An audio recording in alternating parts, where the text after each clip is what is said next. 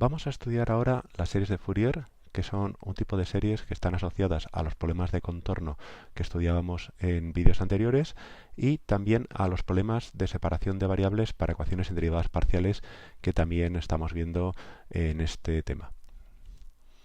Conocemos la serie de Taylor, la serie de Maclaurin para funciones analíticas, que son precisamente las que tienen una serie de este estilo. Son series de potencias en la variable t, y los coeficientes son las derivadas de la función f, una función analítica, que en el valor en el cual estamos centrando nuestra serie de potencias, que en este caso es t0.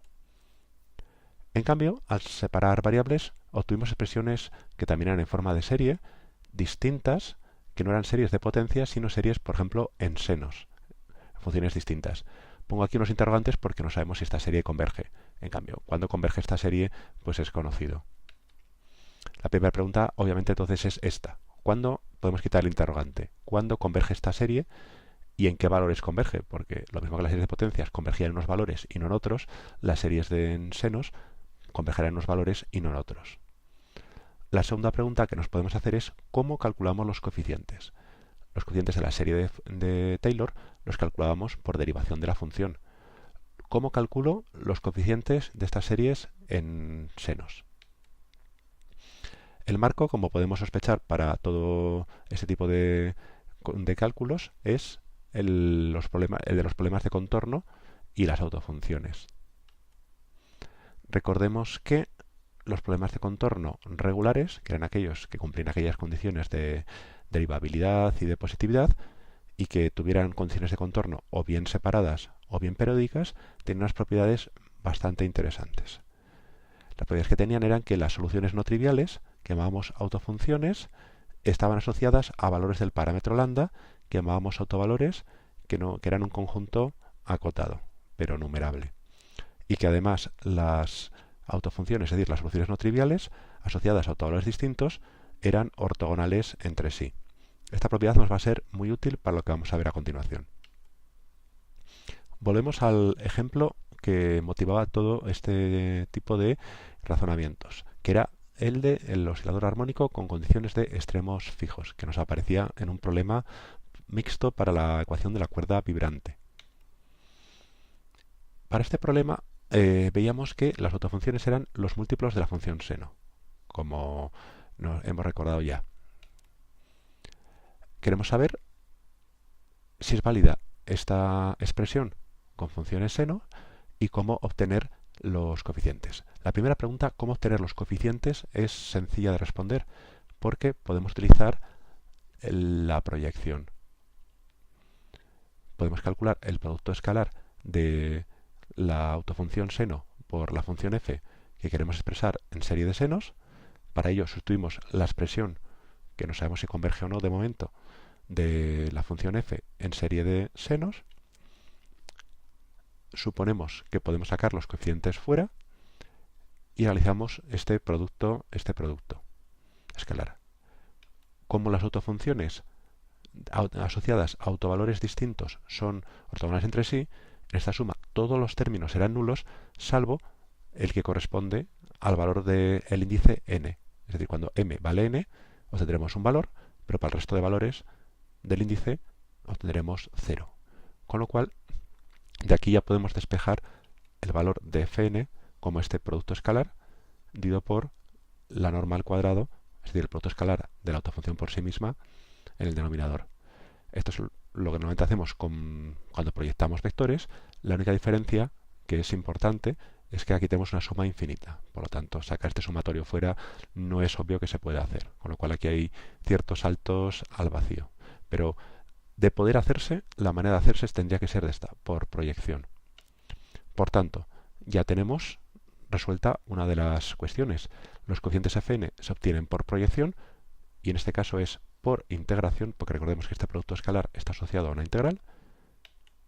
Y ahora la pregunta que nos queda es solamente cuándo converge esta serie. Por tanto, tenemos una serie que vamos a llamar de Fourier en una familia de autofunciones de un problema de contorno regular. Vamos a calcular otro ingrediente que es la energía de la función f en el intervalo AB.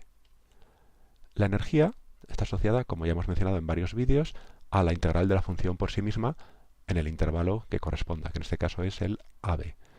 Hacemos la integral, intervalo AB, y con un peso que es la función R. Y esto lo asociamos a una energía. En el caso de que f fuera una función compleja, aquí tendríamos que introducir el complejo conjugado.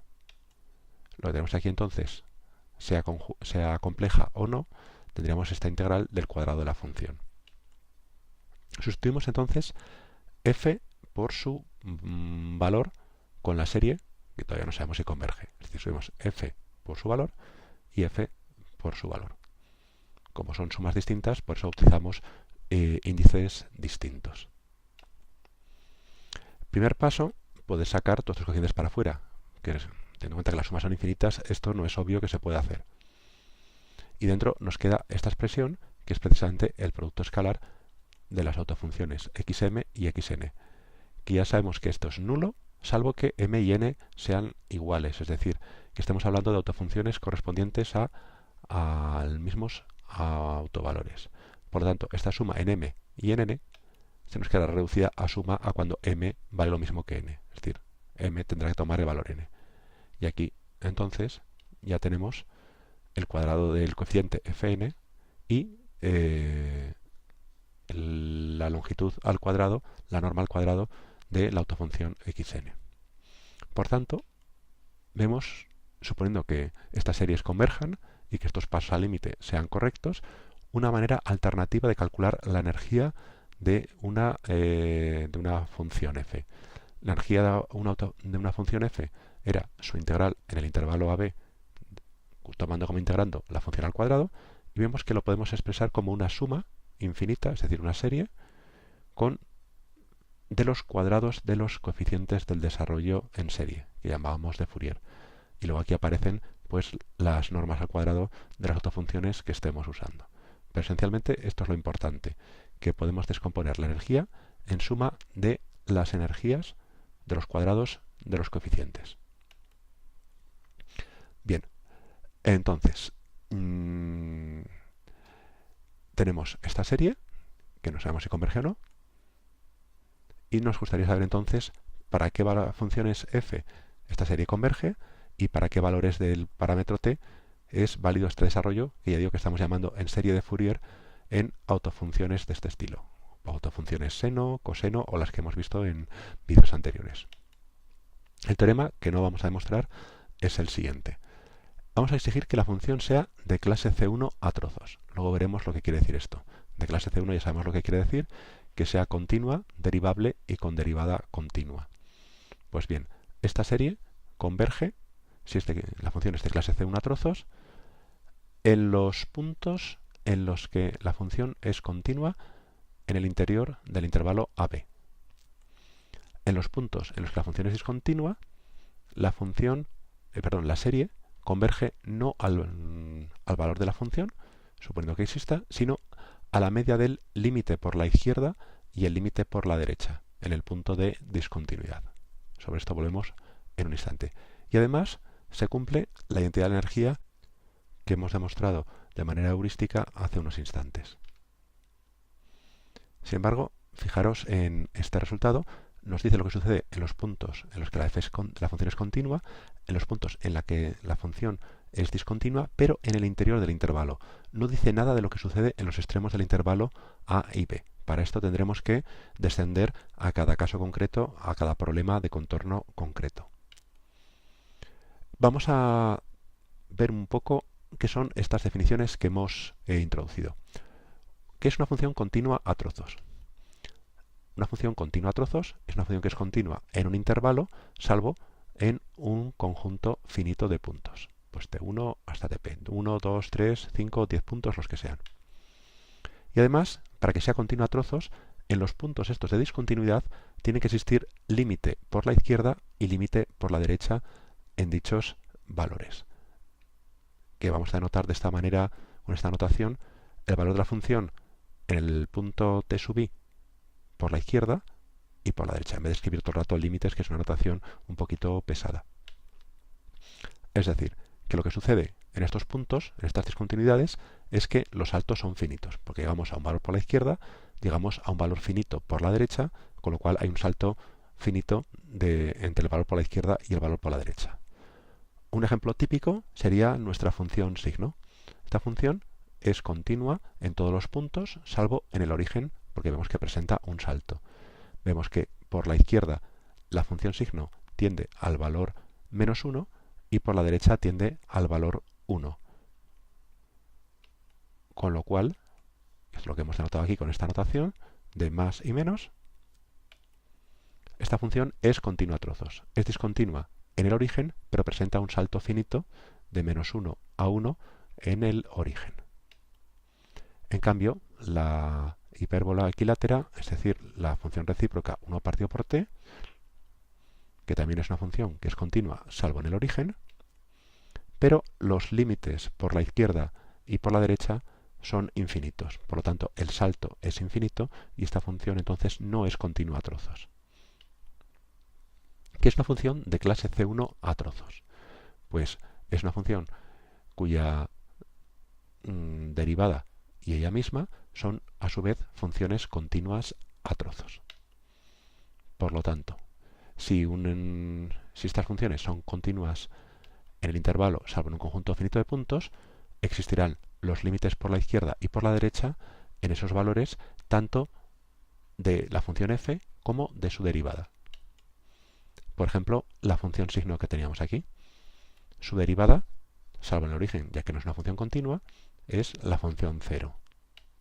Por tanto, estas dos funciones son continuas, salvo en el 0.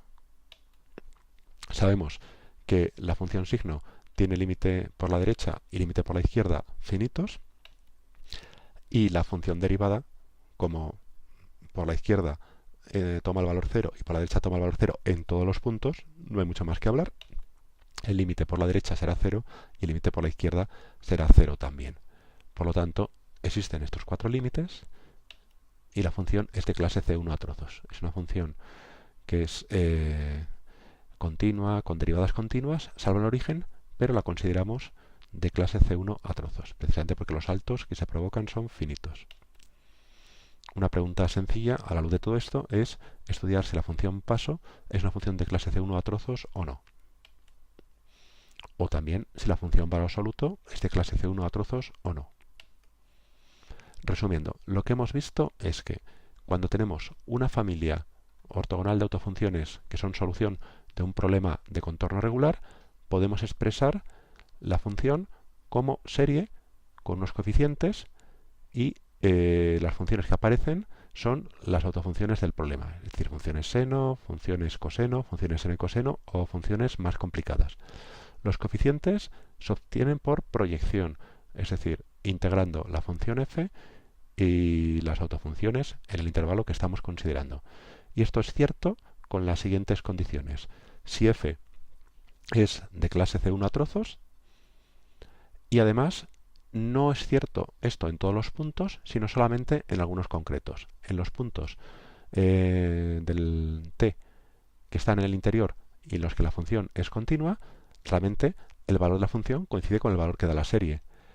En los puntos en los que f es discontinua, la serie no da el valor de la función, suponiendo que exista, sino la media del límite por la izquierda y el límite por la derecha. Aparte, se cumple esta identidad de la energía que nos permite calcular la energía de la función como suma de los coeficientes al cuadrado de la serie de Fourier. Recordemos que esta expresión, este teorema, no dice nada de lo que sucede en los extremos, ¿no? En los extremos no sabemos si la serie converge ni a qué valores converge. Eso ya dependerá del tipo de serie concreta que estemos usando. Y ahora os propongo que apliquéis este teorema al problema de extremos fijos para el oscilador, que es el que hemos estado manejando desde que empezamos con la separación de variables.